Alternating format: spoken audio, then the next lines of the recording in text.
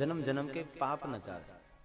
જન્મ જન્માંતરના પાપમાંથી જેમને મુક્ત થવું હોય, મહિનામાં એકવાર ત્રયોદશી, અંધારિયાની તેરસ, વદ તેરસ અને શિવરાત્રી કહેવાય છે. મહિને એક આવે છે વદ તેરસ, એને યાદ રાખવી. વદ તેરસ ના દિવસે જે શિવજીને જલાભિષેક કરે છે એને આખો મહિનો જલાભિષેક કરવાનું ફલ પ્રાપ્ત થાય છે. પ્રદોષ કહેવાય તેને. વદ તેરસ ના દિવસે સંધ્યા સમયે કરેલું શિવનું દર્શન, વદ તેરસ ના દિવસે સંધ્યા સમયે કરેલી શિવની પૂજા, તેને પ્રદોષ પૂજા કહેવાય છે. જે પ્રદોષ પૂજા કરે, પ્રદોષ દર્શન કરે છે, એ સંસારના સમગ્ર દોષમાંથી મુક્ત રહે, પરમાત્માના દરબારમાં તે નિર્દોષ જાહેર થાય છે. માટે મહિનામાં એકવાર તો જઈ શકીએ કે નહીં? ત્રયોદશી વ્રત કરે હંમેશા, તાકે તણી રહે કલેશા. ધૂપ દીપ નૈવેદ્ય ચડાવે, શંકર સરમુખ પાઠ સુનાવે, જન્મ જન્મ કે પાપ ન ચાલે. સમજો હાલો ભાઈ, મહિનામાં પણ એકવાર નહીં, વર્ષે એકવાર મહાશિવરાત્રી, મહા મહિનાની 14, વર્ષે એકવાર મહાદેવને જલાભિષેક કરો. એક વર્ષે એક જલનો લોટો મહાદેવને અર્પણ કરે ને, તેનું અને તેના પરિવારનું મંગલ થાય, તેના પરિવારનું કલ્યાણ થાય. વર્ષમાં એક જ વાર મહાશિવરાત્રી, વરહમાં એક વાર મહાશિવરાત્રી. જો કે આપ સૌ તો ગામ આખું જતા હશો શિવાલય બાબાને જલાભિષેક કરવા માટે. એ તો પૂજારીને મળીએ પછી ખબર પડે કેવી ગામની દશા છે. મહાશિવરાત્રી એક દિવસ બાબાને જલાભિષેક કરો, આખું વર્ષ મહાદેવને જલાભિષેક કરવાનું ફલ પ્રાપ્ત થાય છે. સમજો હાલો ભાઈ, વર્ષે પણ એકવાર નહીં, 10 વર્ષે એકવાર જાઓ, 10 વર્ષે પણ નહીં, 20 વર્ષે, હજી આપણે હાલો છૂટી આપીએ, 40 વર્ષે એકવાર જાઓ. 40 વર્ષ ન જજો, 50 વર્ષે એકવાર જાઓ. અને 50 વર્ષે જે મહાદેવના શિવાલય જલાભિષેક કરવા ન જાય ને, એની પાછળ આપણે જળનો લોટો અર્પણ કરી દેવો કે આ કાંઈ જાય એમ નથી. જીવનમાં જે માણસ એકવાર શિવાલય જઈને બાબાના જલાભિષેક કરે ને, તેની ગયેલી પેઢીને આવતી પેઢીઓને સુખ મળે છે. જીવનમાં એક જ વાર. પણ ઘણા ભાગ્યશાળી આત્માઓ તેવા છે કે જલાભિષેક કરવાની તો વાત ક્યાં કરો, શિવાલયનું પગથિયું ને ચડ્યા હોય છે, અને મરે પછી દીવો મેકવા શિવાલય પાછા જાય. આપણા સૌરાષ્ટ્રમાં નિયમ છે ને કે કોઈ પણ માણસનું મૃત્યુ થાય ને, અમુક દિવસો પછી ગામના માણસો ભેગા થઈ દીવો લઈને શિવાલય જાય. પણ જીવતા જે શિવાલય ન ગયો હોય ને, તેના મર્યા પછી દીવા શિવાલય નથી પોકતા ને, વચ્ચે ઓલાઈ જાય. પછી કોઈ લાઇટર કટક, લાઇટર થી પીતા હોય, લાઇટર થી તો લાઇટર પીટા, લાઇટર માં કાંકરી ન હોય, ગેસ ન હોય તો ગેસ ખૂટી ગયો, લાઇટર માં ન થાય. આપણા મર્યા પછી કોઈ દીવો શિવાલય પહોંચાડે ન પહોંચાડે શું ખબર. જીવનમાં એકવાર શિવાલય જઈને બાબાને દીપ ન પ્રગટ કરીએ, મહાદેવને જળનો લોટો અર્પણ કરી દઈ, આપણું જીવન સુધરી જાય, જીવન આપણું બની જાય. અને જે માણસ નિત્ય મહાદેવને જલાભિષેક કરે છે તેના પિતૃઓ તૃપ્ત રહે છે. અને જીવનને સુખી બનાવવું હોય ને, રોજ મહાદેવને એક જળનો લોટો અર્પણ કરો. સમજો ભાઈ, રોજ ન જઈ શકો, સોમવારે તો જઈએ કે નહીં. નીતિશાસ્ત્રમાં એક વાત બહુ સુંદર કરી છે, ધ્યાન દે ને. માણસે સવારમાં 100 કામ છોડીને નાઈ લેવું, હવારના 100 કામ છોડીને પેલા નાવું. જ્યાં સુધી સ્નાન નથી કરતા ત્યાં સુધી શરીરને શબ કહેવાય છે, હાલતું ચાલતું મળદું કહેવાય છે. માટે પેલા નાવાનું કામ કરવું. સવારના 100 કામ છોડી અને નાઈ લેવું. હવે તો જો કે સારું છે, બધા નાય છે, બાકી પેલા તો ગામડામાં કોઈ 15 દી સુધી નાતા નહીં. 15 દી ની ક્યાં વાત કરો, ઘણી વાર તો ચોમાસું હોય ત્યારે જ નાય, બાકી આખું વરસ એનું નાયા વગર ગયું હોય. હવે તો નાવાની શુદ્ધિ વધી, પ્રભુની કૃપા થઈ, નાવાની વ્યવસ્થાઓ થઈ છે, લોકો રોજ હવે નાય છે. એક વાર ત્યાં 2 વાર નાય છે. પેલા તો ક્યાં કોઈ નાતા હતા. કાલ કોઈની જાનમાં જવું હોય તો હાજે નાય લે, હાજે કપડા પહેરીને બેસી જાય, સવારે નાવું નહીં ને. હાજે માથામાં તેલ નાખી દે અને સાંજે ચોવણી પહેરી લે, જબો પહેરી લે અને તૈયાર થઈને હુઈ જાય. હવારમાં સીધો ફટાક્યો પોતે ઢોલ વાગે એટલે સીધો ભાગે, મોઢું ન્યા જઈને જોઈને, ચાય ન્યા ત્યાં જઈને પીવે. હવે તો ભગવાને બહુ કૃપા કરી, બધા નાય છે. પેલા તો ક્યાં નાવાની શુદ્ધિ હતી. કારણ કે ચોવણી ઉતારતા ચડાવતા કલાક થાય, બોલું મેકવું પડે, પ્લાસ્ટિક નું કાપડ, ત્યારે ખેંચે ત્યારે ચડે, ઉતરે તો છોકરા આખા ઘરના છોકરા ટીંગાય ને ત્યારે તો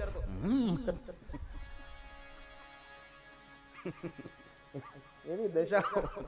હવે તો પ્રભુએ બહુ કૃપા કરે છે કે આપણે નાવાની વ્યવસ્થા થઈ. કેટલા સુંદર બાથરૂમો થયા. પેલા ક્યાં નાવાની વ્યવસ્થા જ નહીં હતી. બે શીપરા મેકેલા હોય ફળિયામાં, બે પથરા હોય, ડોલ ભરીને ત્યાં બેહવાનું હોય, હાબૂત હોય ને ઠીકરું ઘવાનું હોય. નાવાની ક્યાં વ્યવસ્થા હતી? એમાં ખુલ્લું હોય તો ખાટલા બે આડા મૂકી દઈને વચ્ચે બે નાઈ લઈ.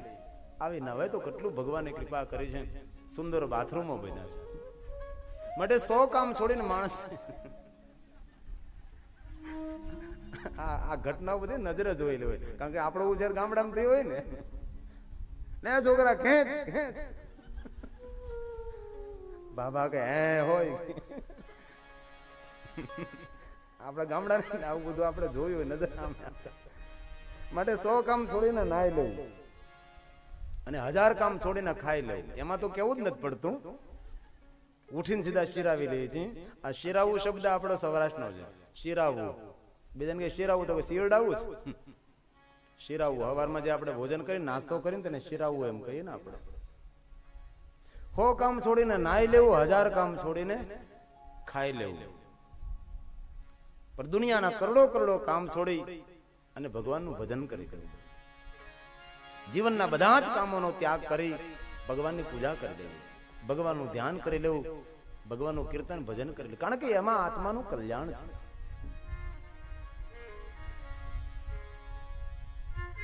સૂત કહે છે, હે મહાત્માઓ, પિતૃને તૃપ્ત કરવા માટેના આ બધા જ માર્ગો છે.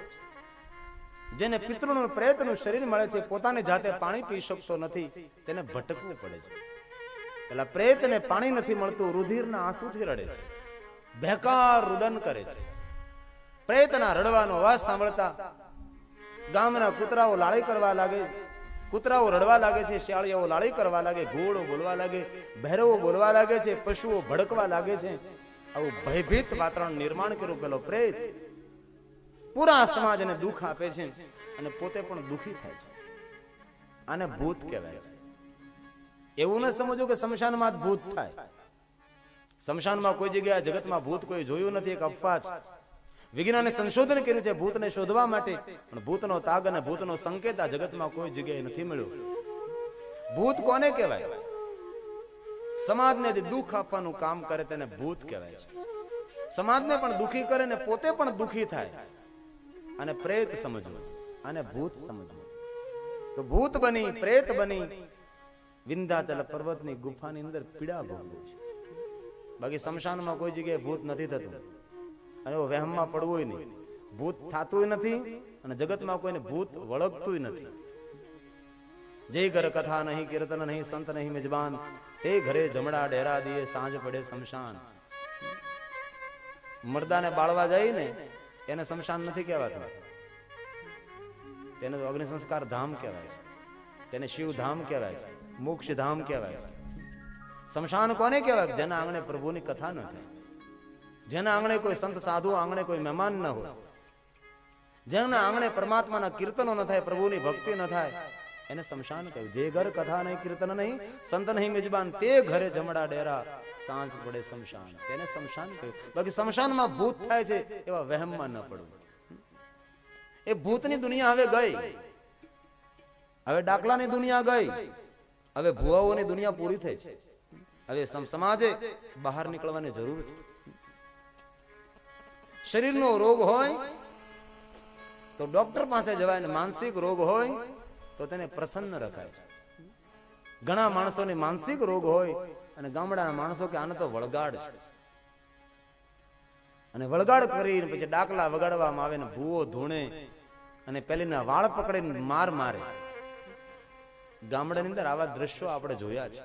અને ડાકણ વળગી, ડાકણ વાળ પકડીને માર મારે. પેલીને કોઈ માનસિક બીમારી છે, માનસિક આઘાત છે, કોઈ વળગાડ નથી.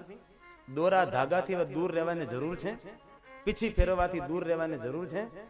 હાઈટેક યુગ આવી રહ્યો છે, કોમ્પ્યુટરની દુનિયા આવી રહી છે, સમાજ ધીમે ધીમે પ્રગતિ કરી રહ્યો છે. હવે ભૂવા ભરાડામાંથી દૂર જવાની જરૂર છે. હવે દાણાની છપટી લેવાની જરૂર નથી, કોઈ ગરીબના કુવામાં દાણાની છપટી આપવાની જરૂર છે.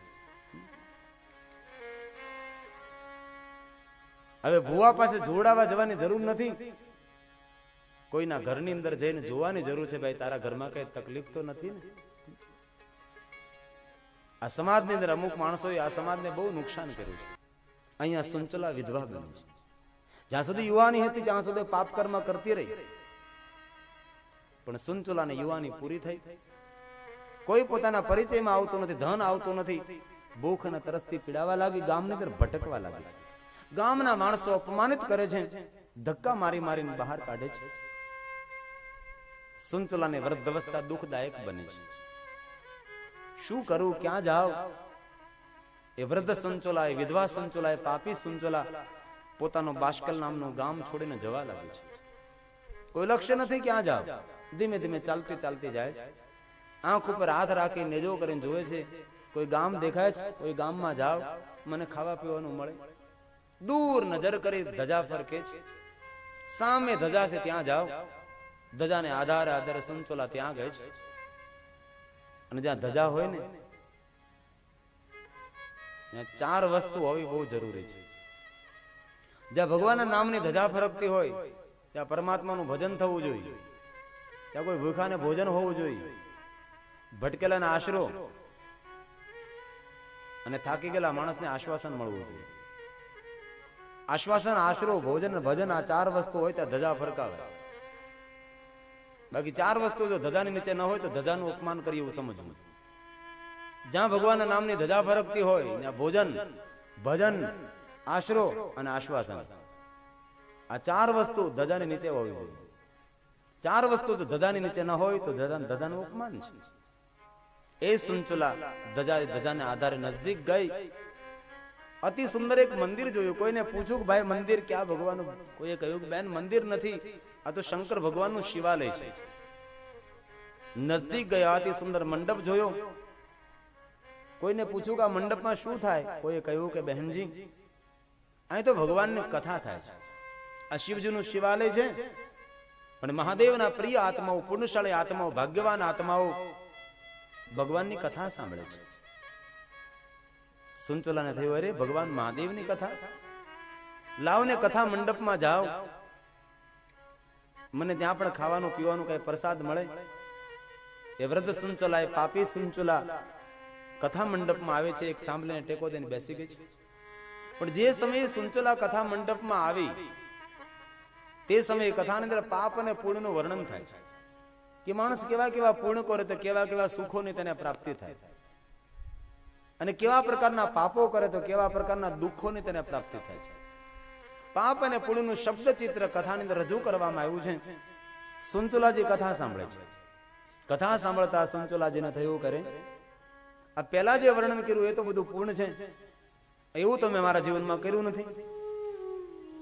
હવે જે વર્ણન કરવામાં આવે છે એ બધું પાપ છે, અને જે કહેવામાં આવે એ બધું પાપ છે, એ બધું મારા જીવનમાં મેં કર્યું છે, અને પાપનું પરિણામ દુઃખ છે.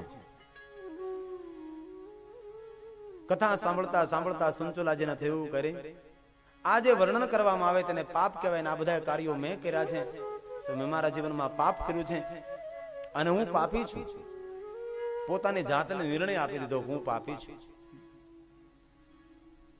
બીજા માણસોને નિર્ણય આપવાને બહુ સહેલી વાત છે, પણ પોતાની જાતને નિર્ણય આપવો ને એ બહુ કઠિન હોય છે. બીજા માણસોને પાપિયા કહેવું ને સરળ લાગે, સહેલું લાગે છે, પણ આપણે જાતને પાપી સમજવી ને બહુ કઠિન છે. મોસમ કોણ કોણ ખોટી લખલ કામી, એ તો ગોસ્વામીજી કહી શકે છે. મારા જેવો કોણ ખલ કામી સુરદાસ કહી શકે છે, મહાપુરુષો કહી શકે છે. બાકી પોતાની જાતને ડાય સમજતો હોય ને એના જેવા જગતમાં મૂર્ખો માણસ નથી. ઘણા માણસોના મનમાં વહેમ હોય કે હું જ આ જગતમાં ડાયો છું, મારા જેવો ડાયો માણસ આ જગતમાં નથી, એના જેવો આ જગતમાં મૂર્ખ માણસ પણ નથી. સુંચલાજી કથા સાંભળતા પોતાની જાતને નિર્ણય આપ્યો, કરે હું તો પાપીણી છું, મેં તો જીવનમાં પાપ કર્યા છે, ને પાપના પરિણામ સ્વરૂપે મારે દુઃખ ભોગવવું પડશે. હવે કરું શું? ભગવાનની કથા છે ને, ભગવાનની ઓળખાણ નથી કરાવતી, ભગવાનની કથા આપણી ઓળખાણ કરાવે છે. અને જ્યાં સુધી આપણી ઓળખાણ ન થાય ત્યાં ભગવાનની ઓળખાણની વાત છોડી દો. પહેલા તો આપણી જાતને આપણે ઓળખાણ કરવી પડે કે હું કોણ છું. હું કોણ છું એનું જ આપણને જ્ઞાન ન હોય તો ભગવાનને તો કેવી રીતે ઓળખી શકીએ? પહેલા આપણી જાતને આપણે ઓળખવી પડે છે, પછી ભગવાનને ઓળખી શકાય છે. હું કોણ છું, હું કોણ છું, હું કોણ છું. પૂજ્ય પાંડુરંગ શાસ્ત્રી, સ્વાધ્યાય પરિવાર પૂજ્ય દાદાએ આ વસ્તુ પર બહુ વર્ણન કર્યું છે. હું કોણ છું, હું કોણ છું. દાદા બહુ જ બોલ્યા છે, હું કોણ. વધારે વધારે પૂજ્ય દાદા આના ઉપર બોલ્યા છે. માણસ બીજી વાત પછી સમજે, પણ પહેલા તો એ સમજે કે હું કોણ છું. હું કોઈનો પિતા નથી, હું કોઈનો પુત્ર નથી, હું કોઈનો પતિ નથી, હું કોઈની પત્ની નથી. અંતે હું કોણ છું? આ બધા સંબંધો એ શરીરના સંબંધો છે. આ શરીર મારું કોઈનો પિતા છે, આ શરીર મારું કોઈનો પુત્ર છે, આ શરીર મારું કોઈનો પતિ છે, કોઈની પુત્રી છે, કોઈની પત્ની છે. પણ હું કોણ છું? એની ઓળખાણ એ કોણ કરાવે? એ ભગવાનની કથા કરાવે છે. અને આપણે જાતને જો ઓળખાણ થઈ જાય તો સમજો બેડો પાર થઈ ગયો. પણ એ જ ઓળખાણ નથી થતી. આખી જિંદગી ફાફા મારવા પડે છે, વલખા મારવા પડે છે. ભગવાનની કથા એ ભગવાનની ઓળખાણ નથી કરાવતી. ભગવાનની કથા એ માણસની જાતની ઓળખાણ કરાવે કે તું કોણ છે, તું ક્યાંથી આવ્યો છે, શું લેવા આવ્યો છે, શું કરવા માટે આવ્યો છે, અને શું કરીને તારે જવાનું છે. આટલી જ વાતની આપણને ખબર નહીં હોય તો આપણો ફોગટ ફેરો જાય કે બીજું કઈ. આટલી વસ્તુનું જ્ઞાન ન હોય તો તે માણસનો ફેરો એ સફળ નહીં, અસફળ જાય. ભગવાનની કથા એ માણસની ઓળખાણ કરાવે, પોતાની ખુદની ઓળખાણ કરાવે. તું છે કોણ? સુંચોલાએ પોતાની જાતને ઓળખાણ કરી લીધી કે હું પાપીણી છું, મેં પાપ કર્યું છે, પાપનું પરિણામ મારા માટે દુઃખ છે. ને એ સમયે કથાએ વિરામ લીધો. કથા પૂર્ણ કરી કથા કહેનાર બ્રાહ્મણ દેવતા આમ જઈ રહ્યા હતા, માર્ગમાં ઉભી રહે છે, પ્રણામ કરે છે. ઉભા રહ્યો બ્રાહ્મણ દેવતા, મારે તમને કઈ પૂછવું છે. તમે કોણ છો? હું એક બ્રાહ્મણ કન્યા, બ્રાહ્મણ પત્ની છું, મારું નામ સુંચુલા છે. પૂછો બેન, હાથ જોડીને પૂછું, તમે જે કથામાં વર્ણન કરતા હતા એ બધું પાપ કહેવાય, અને પાપનું પરિણામ દુઃખ છે, તો એ દુઃખ ભોગવવું જ પડે. માર્ગમાં જતા જતા બ્રાહ્મણ દેવતા કહે છે, અરે બહેનજી, આ તો ભગવાનની કથા છે. જે કોઈ પાપ કરે ને તેને દુઃખ ભોગવવું જ પડે છે. પાપ આ જગતમાં કોઈને ન છોડે. પાપ કોઈને છોડે નહીં, ભલે હોય ભગવાન ભીલે ભાલો ભોંક્યો શ્રી કૃષ્ણ હતા ભગવાન. પાપ કોને છોડે? રામના બાપને પાપ ન છોડે તો આપણને ક્યાંથી છોડે? અંધો અંધી બે તપસી એની મૂર્તિ ખડખડ હસી. રામના પિતાને જો પાપ પીછો ન છોડે, પરમાત્માને ન છોડે તો આપણે તો બહેનજી સત્ય છે. એ તો કથામાં જે આવ્યું એ તમને કહ્યું. માટે જે પાપ કરે તેને દુઃખ ભોગવવા જ પડે, તેને સજાઓ ભોગવી જ પડે, તેને વેદના અને પીડાઓ ભોગવી જ પડે. બેન સત્ય છે. હાથ જોડીને કહે સુંચલાજી, અરે બ્રાહ્મણ દેવતા, તમે જે કથામાં વર્ણન કર્યું ને એવા પાપ તો મારા માટે સામાન્ય પાપ છે, પણ તમે તમારી મર્યાદા છોડી શક્યા નથી. અને જે પાપનું તમે વર્ણન નથી કર્યું એવા પાપો તો મેં કર્યા છે. જે પાપનું વર્ણન હું પણ ન કરી શકું એવા પાપો મેં કર્યા છે. હું દુઃખી થઈ ગઈ. હવે મોટા મોટા પાપોનું પરિણામ દુઃખ હું કેવી રીતે ભોગવી શકીશ? પોતાના પાપને જોર જોરથી બોલવા લાગી છે. સુંચલાજી રડવા લાગી છે. સુંચલાજીને રડતા જોઈને બ્રાહ્મણ દેવતાએ કહ્યું, બહેનજી, આપ ધન્ય છો, તમારે તમારા પાપનું દુઃખ નહીં ભોગવવું પડે. કેમ? બહેનજી, પાપનો પુકાર અને પાપનો પસ્તાવો એ જ પાપની મુક્તિ છે, એ પાપનો પ્રાયશ્ચિત છે. પશ્ચાતાપ પાપ કૃતામ પાપાનામ નિષ્કૃતિ પરા. કોઈ પણ માણસથી પાપ થયું અને પાપનો પુકાર અથવા પાપનો પસ્તાવો એ પાપની મુક્તિ છે. સર્વ પાપ વિશોધનમ. સમગ્ર પ્રકારના પાપોમાંથી તેને મુક્તિ મળે છે, પાપનો પુકાર કરવાથી, પાપનો પસ્તાવો કરવાથી. પણ કલિયુગમાં પાપનો પુકાર નહીં કરવો. કલિયુગમાં પાપનો પુકાર કરવામાં આવે તો સમાજ આપણને જીવવા ન દે. એટલે કલિયુગમાં પાપનો પુકાર કરવાની પ્રધાનતા નથી. કલિયુગમાં પાપનો પસ્તાવો કરો. જે પાપનો પસ્તાવો કર્યા પછી એ પાપ ફરીવાર નહીં કરવો તેનો દ્રઢ સંકલ્પ કરવો, તો પાપમાંથી મુક્તિ મળે છે. શી ફિકર છે પાપની, પાપને ધોવા બધી જ ગંગા વહે છે આપની. આ પસ્તાવો વિપુલ જણનું સ્વર્ગમાંથી ઉતર્યું, પાપી જેવા ડૂબકી દેને પુણ્યશાળી બને કવિ કલાપી. શાસ્ત્રોમાં એ જ વાત કરી છે, પશ્ચાતાપે નૈવ શુદ્ધિ. પશ્ચાતાપ વગર, પસ્તાવો કર્યા વગર પાપમાંથી શુદ્ધિ મળતી જ નથી. પસ્તાવો કરવાથી જ પાપમાંથી મુક્તિ મળે છે. માર્ગમાં જતા જતા બ્રાહ્મણ દેવતા સુંચલાજીને કહે છે, તમે ધન્ય છો, તમારા પાપમાંથી તમને મુક્તિ મળે છે, તમારા પાપમાંથી તમને છુટકારો મળ્યો છે. મને કોઈ માર્ગ દેખાડો, હવે હું શું કરું? માર્ગમાં જતા જતા બ્રાહ્મણ દેવતા સંતોલાને માર્ગ દેખાડે છે, બહેનજી તમે તો વ્રત થયા, તમારાથી હવે તો વધારે શું થશે, પણ થોડીક વાતો મારી યાદ રાખો, તમારું કલ્યાણ થશે.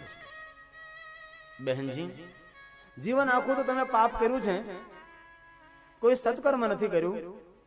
તમારા પાપનો તમે પુકાર કર્યો, તમારા પાપનો તમને પસ્તાવો થઈ રહ્યો, તમને તમારા પાપમાંથી મુક્તિ મળી રહી છે. પણ બહેનજી જો હવે તમારું કલ્યાણ તમારે કરવું હોય તો પ્રાતકાલે ઉઠી સ્નાન કરી અને ભગવાન શિવજીનું જ્યાં શિવાલય હોય ને ત્યાં મહાદેવનું દર્શન કરવા માટે જાઓ, તમારું કલ્યાણ થશે. ભાલમાં ભસ્મની બિંદી કરો, તમારું અમંગલ નહીં થાય.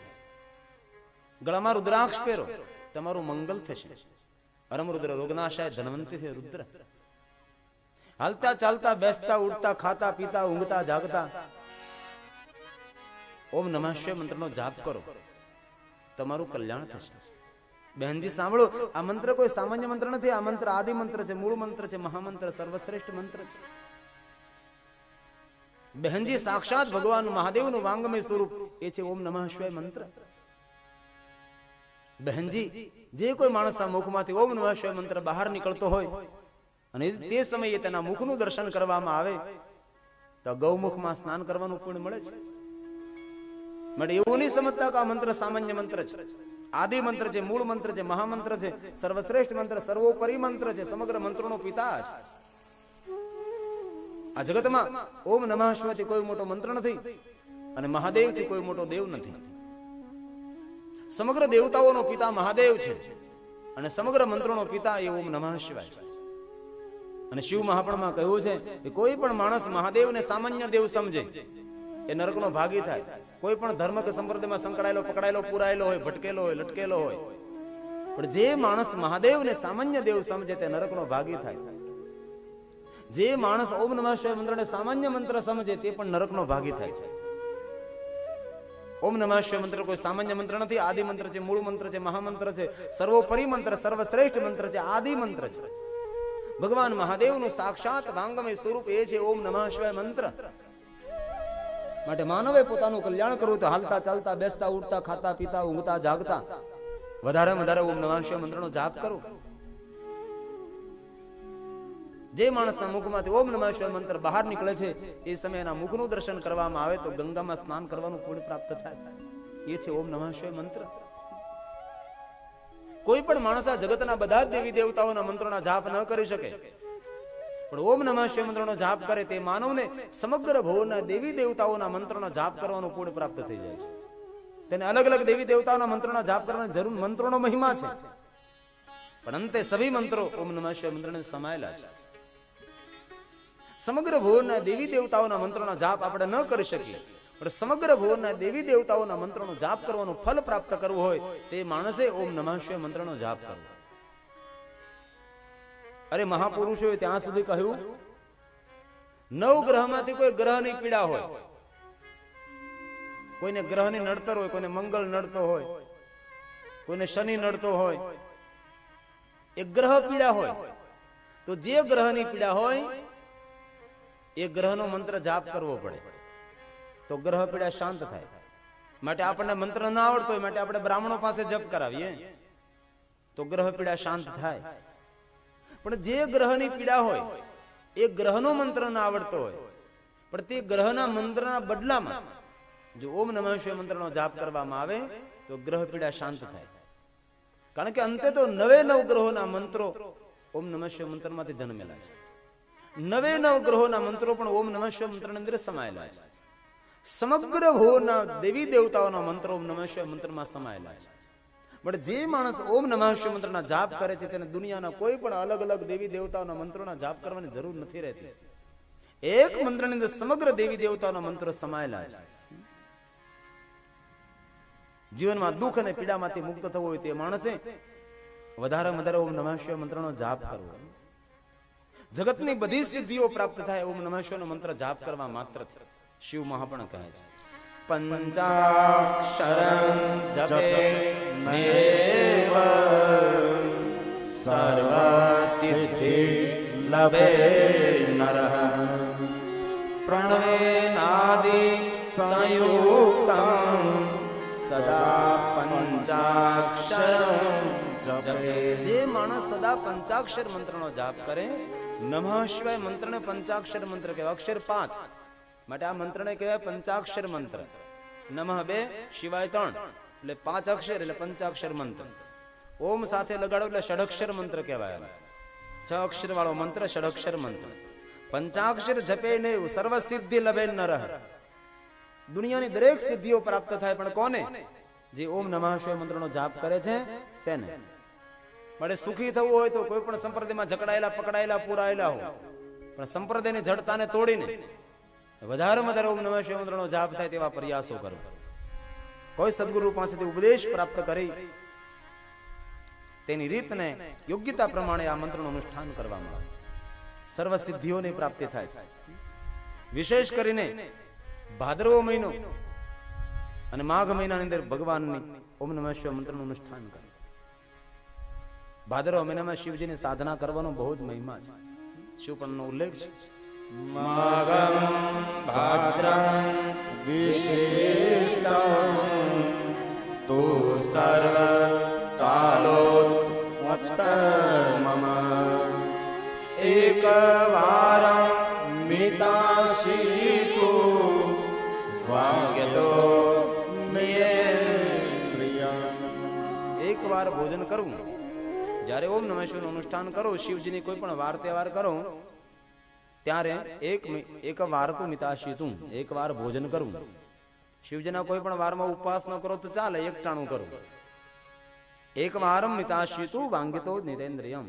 વાંગિતનો અર્થ થાય છે મૌન રહેવું. કોઈ પણ શિવજીનું વ્રત કરો એની અંદર મૌનનો બહુ મહિમા છે. શંકર ભગવાનને મૌન બહુ જ પ્રિય છે. અતિ પ્રિય શિવજીને કોઈ વસ્તુ હોય તો બાબાને મૌન પ્રિય છે. પણ માણસ બધું કરે પણ મૌન નથી રહી શકતો. ઉપવાસ કરે, 11 કરે, માળા કરે, એકટાણા કરે, ઉપવાસ કરે, પાછું આખા ગામ નહીં કરે. મૌન રહેવાથી કોઈની નિંદા નથી થતી. મૌન એક સાધના છે, મૌન એક અનુષ્ઠાન, મૌન એક ઉપાસના છે. મૌન એ સર્વોપરી પરમાત્માની ભક્તિ છે. માટે શિવજીની કોઈ પણ વ્રત કરો, મહાદેવનું કોઈ પણ વ્રત કરો, તેની અંદર મૌનનો બહુ જ મહિમા છે. એકમ વાર મિતાશીતુ વાંગ્યતો જીતેન્દ્રિય રહી, મૌન રહી, એકવાર ભોજન કરી ઓમ નમઃ શિવાય મંત્રના જાપ કરવા. જે માણસ 5 લાખ ઓમ નમઃ શિવાય મંત્રનું અનુષ્ઠાન કરે છે તેને સર્વ સિદ્ધિઓની પ્રાપ્તિ થાય છે. અને જીવનમાં અવસર મળે તો ગુરુ પેશમ, કોઈ સદગુરુ પાસેથી ઉપદેશ પ્રાપ્ત કરી અને પદ્ધતિ અનુસાર એ મંત્રનો જાપ કરવામાં 5 લાખ મંત્રનું અનુષ્ઠાન કરીએ, સર્વ સિદ્ધિઓની પ્રાપ્તિ થાય છે. અને આદિ મંત્ર, મૂળ મંત્ર, સર્વશ્રેષ્ઠ મંત્ર, સર્વોપરી. ભલે દુનિયામાં કોઈ વાતો કરતા કે આ મંત્ર મહામંત્ર, પહેલો મંત્ર મહામંત્ર, પણ શિવ મહાપણના આધારે કહી શકાય આદિ મંત્ર મહામંત્ર ઓમ નમઃ શિવાય મંત્ર છે. દેવતાઓ પણ ઓમ નમઃ શિવાય મંત્રનો જાપ કરે, દેવીઓ પણ ઓમ નમઃ શિવાય મંત્રનો જાપ કરે, ઋષિમુનિઓ ઓમ નમઃ શિવાય મંત્રનો જાપ કરે. અરે સૂર્યવંશી રાજાઓ, ચંદ્રવંશી રાજાઓ ઓમ નમઃ શિવાય મંત્રનો જાપ કરે.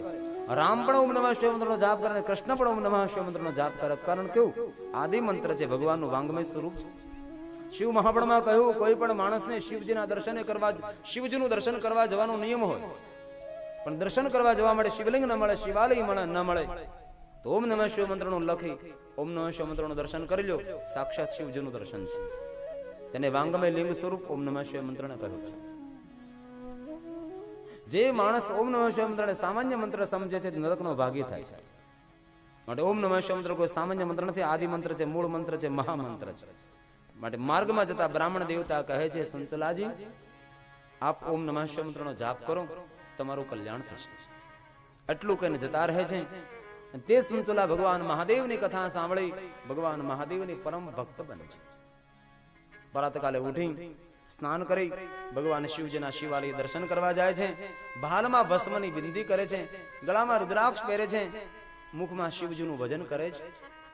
અને જે માનવ ભાલમાં ભસ્મનું ત્રિપુંડ હોય, ગળામાં રુદ્રાક્ષ હોય, મુખમાં શિવનું નામ હોય, એ માનવ નથી, એ તો હાલતું ચાલતું પ્રયાગ તીર્થ છે. જેના ભાલમાં ભસ્મનું ત્રિપુંડ, અગ્નિથી ભસ્મ, વાયુથી ભસ્મ, જલમિથી ભસ્મ, સ્થળમિથી ભસ્મ, સર્વ હવા ઇદમ ભસ્માની મનિતાની સક્ષનાની ભસ્માની. જેના ભાલમાં ભસ્મનું ત્રિપુંડ હોય, જેના ગળામાં રુદ્રાક્ષ હોય, જેના મુખમાં શિવનું નામ હોય, તેવા માણસનું દર્શન કરવા માત્રથી પ્રયાગ તીર્થમાં સ્નાન કરવાનું પુણ્ય પ્રાપ્ત થાય છે. આવા માનવના દર્શન કરવા માત્રથી આપણું કલ્યાણ થાય છે. શિવ ભક્તોના દર્શન કરવા માત્રથી આપણું મંગલ થાય છે. આવા મહાદેવના ભક્તોનો મહિમા છે. કોઈ પણ મહાદેવનો ભક્ત આપણા આંગણે પગ મૂકે આપણું આંગણું તીર્થ બને છે. મહાદેવના ભક્તો આંગણે આવીને તેને તમે ભોજન કરાવો તો આપણા ઘરમાં અન્ન અખૂટ રહે છે. શિવજીના ભક્તોનું દર્શન કરવા માત્રથી માણસની કીર્તિમાં વૃદ્ધિ થાય. શિવજીના ભક્તોનું દર્શન કરવા માત્રથી માણસના જીવનમાં મંગલ થાય છે. કારણ કે શિવ ભક્તિ કરવી સહેલી છે, શિવ ભક્તિ પ્રાપ્ત કરવી બહુ જ કઠિન છે. માનવના જીવનમાં જ્યારે દેવની લાયકાત પ્રાપ્ત થાય છે ત્યારે મહાદેવની સાધના કરી શકે છે. જ્યાં સુધી માનવ દેવની લાયકાત પ્રાપ્ત ન કરે ત્યાં સુધી માનવને મહાદેવની ભક્તિ પ્રાપ્ત નથી થતી. માટે જે કોઈ મહાદેવની સાધના ઉપાસના કરે છે તેને માનવ નથી સમજવામાં આવતો, તેને દેવ સમજવામાં આવે છે. ભુવનમાં 33 કરોડ દેવતાઓ છે. 33 કરોડ દેવતાઓ કોણ? કોને જોયા 33 કરોડ દેવતાઓને? કોને નામ આવડે 33 કરોડ દેવતાઓના? અરે 33 દેવતાઓને નથી આવડતા. 33 ની ક્યાં વાત કરો? 3 દેવતાઓને ઘણા ભાગ્યશાળી નામ નથી આવડતા. તો 33 કરોડ દેવતા કોણ? સંસારમાં રહીને જે ભગવાનનું ભજન કરે, મહાદેવને જે ઈષ્ટ તરીકે માને છે, મહાદેવના પરમ સાધક છે, તે માનવ નથી, તે સાક્ષાત દેવ છે. દેવની લાયકાત પ્રાપ્ત થાય તેને મહાદેવની ભક્તિની પ્રાપ્તિ થાય છે. જેના ભાલમાં ભસ્મનું ત્રિપુંડ હોય, જેના ગળામાં રુદ્રાક્ષ, જેના મુખમાં શિવનું નામ હોય, તેનો જન્મ સફળ છે. સફલમ જીવિતમ. જેના મુખમાં શિવનું નામ હોય સમજો તેનું જીવન સફળ થયું. સુંચલાજી બ્રાહ્મણ દેવતા પાસેથી બોધ પ્રાપ્ત કરીને મહાદેવની પરમ ભક્ત બને છે. દિવસ અને રાત્રે એક કરી શિવજીની સાધના ઉપાસના ભક્તિ કરવા લાગે છે. મહાદેવની ભક્તિ ઉપાસના સાધના કરી છે. સુંચલા શિવજીની ભક્તિ કરતા કરતા સુંચલાજીનો અંત સમય છેલ્લી અવસ્થા આવી ગઈ. મહાદેવની ભક્તિ કરતા સુંચલાજી ભગવાન શિવને પ્રાર્થના કરે, પ્રભુ જીવન આખું તો પાપ મેં કર્યું, પણ પરમાત્મા મેં તારી કથા સાંભળી, મને તારી ભક્તિ મળી પ્રભુ, અને જેવી મને આવડે તેવી તારી ભક્તિ મેં કરી પરમાત્મા. એમાં કોઈ સત્યની કે મતિ અનુસાર પરમાત્મા મેં તારી ભક્તિ કરી, મારું કલ્યાણ કરજો. સુંચલાજી અંત સમય ભગવાન શિવને પ્રાર્થના કરે છે, દેવ દેવ મહાદેવ શરણાગત વત્સલ દિન બંધો સવ નિશાનો ભક્ત રક્ષા કરહ. સુંચલાજી કહે છે, મહાદેવ અનેક ભક્તોને તે રક્ષા કરી છે, એમ મહાદેવ મારી તું પણ રક્ષા કરજે. હે પરમાત્મા, મને ખબર નથી તારું અર્ચન પૂજન શું કહેવાય, પણ તારી કથા સાંભળી મને તારી ભક્તિ મળી છે. પ્રભુ મારું મંગલ કરજે, પ્રભુ મારું સુખ અને શુભ કરજે. અંત સમયે સુંચલાજી ભગવાનને પ્રાર્થના કરે, પ્રભુ બીજું તો કઈ તારી પાસે માગતી નથી, પણ પ્રભુ મને તારી ભક્તિ આપજે. અને ભક્તો ભગવાન પાસે શું આ માગે? આજ માગે ભગવાન પાસે જે સંસારનો વૈભવ માગે છે તેને ભક્ત ન કહેવાય. ભક્ત કોને કહેવાય? બિન શરતી શરણાગતિ પ્રભુની સ્વીકારે તેને ભક્તની ઉપમા અપાય છે. ગઈકાલે કહેલું ભક્તિ બે પ્રકારની હોય, સદભક્તિ અને વ્યભિચારની ભક્તિ. જે ભક્તિમાં લોભ અને લાલચ હોય કે ભગવાન મને આપી દે, ભગવાન મને પહેલું આપી દે, તેને વ્યભિચારની ભક્તિ કહેવાય છે. જે ભક્તિમાં કોઈ આશા અને અપેક્ષા ન હોય તેને અવ્યભિચારની ભક્તિ